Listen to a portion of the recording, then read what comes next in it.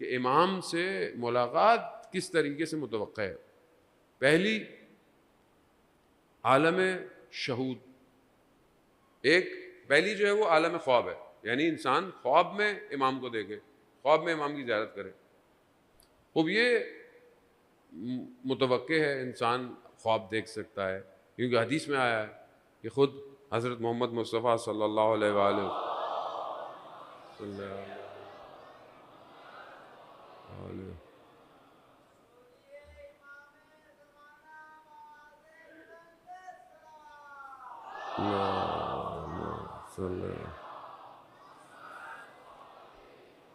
خود رسول خدا فرماتے ہیں کہ شیطان ابلیس خواب میں ہماری شکل اختیار نہیں کر سکتا۔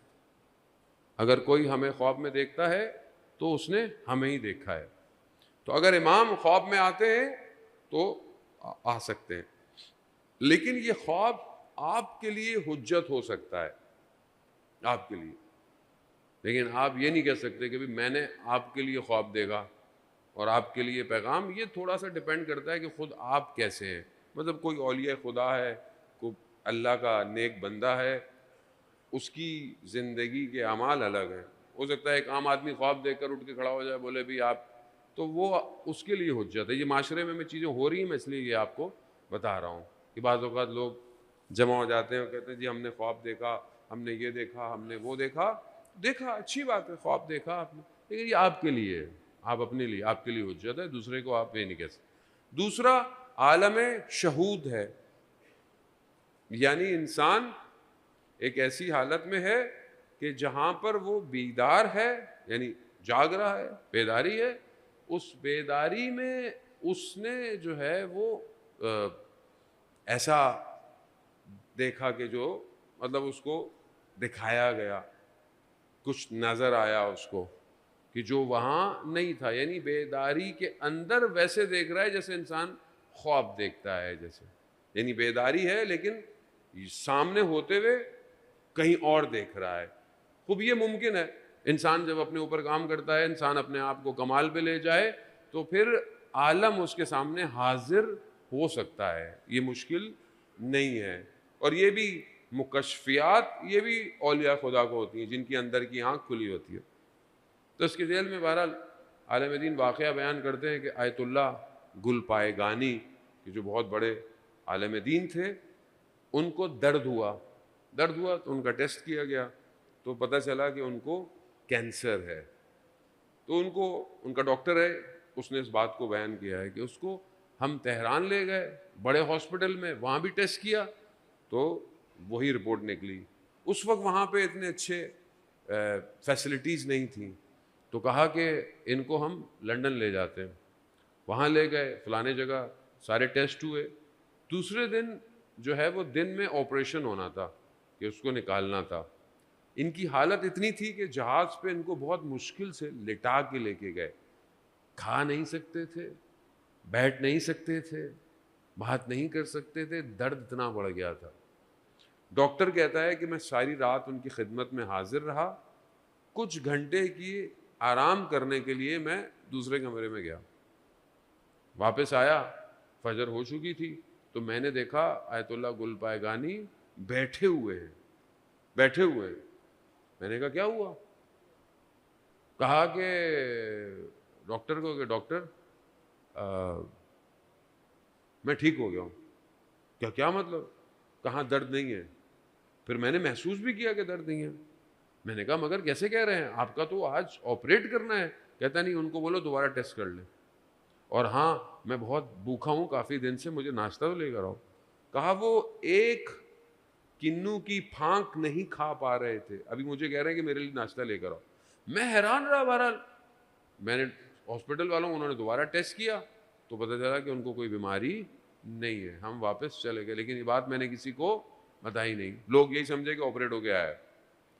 کہہ رہے جیسے میں گھر گیا باقی کاموں میں تو ایک دن آغا مجتہدی تہرانی کہ جو بہت بڑے عارف تھے، کہا ان کی فون آئی میرے گھر پہ کال، انہوں نے میرے گھر والوں کا کہ جیسے ہی ڈاکٹر آئے اس کو بولنا میرے پاس ہے۔ میں ان کی خدمت میں گیا تو مجھے کہنے لگے کہ ڈاکٹر جب تم آیت اللہ کو لے کے گئے تو لوگ ہمارے پاس آئے کہ دعا کریں تاکہ ان کا آپریشن ٹھیک ہو جائے. کہتا ہے پھر کہتا ہے میں نے فلانے دن یہ مکشفات یعنی کشف کیا، دیکھا کہ ہاسپٹل میں آیت اللہ گل پائگانی نے توسل کیا امام زمانہ سے. تو میں نے دیکھا کہ امام ہاسپٹل میں ان کے پاس حاضر ہوئے، ان کے سامنے آئے ساتھ آئے اور ان سے کہا کہ مولا بہت تکلیف ہے، مجھے شفا دلا دیں. تو کہا، امام نے کہا کہ ٹھیک ہے آپ کو شفا ہو گئی. تو ڈاکٹر رونے لگا. کہا کیوں؟ کہا یہ بات صرف مجھے معلوم تھی، ہم نے کسی کو بتائی نہیں تھی. کام وہاں ہوا، نظر انہیں آ رہا ہے. خوب یہ ممکن ہے کہ کوئی اس مقام پہ پہنچ جائے. تیسرا آپشن کیا ہے کہ کوئی امام سے ملاقات کرے بیداری میں مگر امام کو پہچان نہ پائے. اور یہ روایت بھی ہے کہ جب امام ظہور کریں گے، یہ حدیث امام جعفر صادق علیہ السلام سے محمد یا امام سے حدیث ہے. امام خود فرماتے ہیں کہ لوگ انہیں دیکھیں گے مگر پہچانیں گے نہیں. امام کے لوگ دیکھیں گے اور انہیں، اور جب ظہور ہوگا تو کہیں گے ہم نے ان کو دیکھا تھا. خوب یہ تھرڈ آپشن ہے. اس میں کیا ہوتا ہے کہ اس میں انسان دیکھتا ہے امام ہے، ملاقات بھی ہوتی ہے، بات بھی کرتا ہے، لیکن نہیں پہچانتا. جب تک امام نہ چاہیں کوئی پہچان نہیں سکتا. اور بہت سارے واقعات علماء کے، لوگوں کے ایسے موجود ہیں کہ جہاں پر امام تشریف لائے ہیں، امام کو پکارا ہے، مدد کی ہے، لیکن امام کو پہچانے نہیں ہے. چوتھی جو ہے اس میں اختلاف پایا جاتا ہے کہ کوئی شخص یہ کہے کہ میں نے بیداری میں امام سے 1-to-1 ملاقات کی ہے اور وہ اس کا دعویٰ بھی کرے. اس پہ اختلاف، اس پہ علماء اختلاف کرتے ہیں. کیوں؟ کیونکہ روایات اور حدیث بہت ساری ایسی ہیں کہ کوئی اگر یہ کہے کہ میں نے امام سے ملاقات کی ہے، یہ میرا امام سے رابطہ ہے، تو وہ جھوٹا ہے. اور کیوں؟ کیونکہ آج کل آپ دیکھ رہے ہیں، آج کل انسٹاگرام، یوٹیوب پہ دیکھ رہے ہوں گے امام مہدی بہت سارے آ رہے ہیں. لنڈن میں کوئی نکل آیا، کوئی کہاں نکل آیا، کوئی، وہ بھی آخری زمانہ ہے. یا مثلا کوئی شخص اپنی دکان کھول کے بیٹھ جائے کہ بھائی میرے پاس آؤ، میں امام سے ملتا ہوں. ہمیں بھی لوگ میسج کرتے ہیں، مولانا صاحب آپ کے لیے امام نے پیغام بھجوایا ہے. اچھی بات ہے. میں کہا بڑی بات، ہماری کیا حیثیت کے امام ہمیں پیغام بھجوائیں. لیکن میں کہتا ہوں چلو ٹھیک ہے، ہم ڈائریکٹ بھی لے لیں گے، کسی استاد سے لے لیں گے. بھائی یہ بہت خطرناک ہے. ہاں یہ آسان نہیں ہے، بہت خطرناک. کیونکہ ہماری مطلب میں اپنی کمزوری تو یہ بولوں امام ہے، امام کے لیے تو آگے دشمن بھی وہیں سے آتا ہے. بہت خطرناک ہے. اسی میں آدمی ٹریپ ہو جاتا ہے. کوئی آپ کو بولے امام کے لیے، امام کے لیے، امام کے لیے، بعد میں کچھ اور نکلے تو وہ خطرناک ہے. اس لیے بہت احتیاط کریں.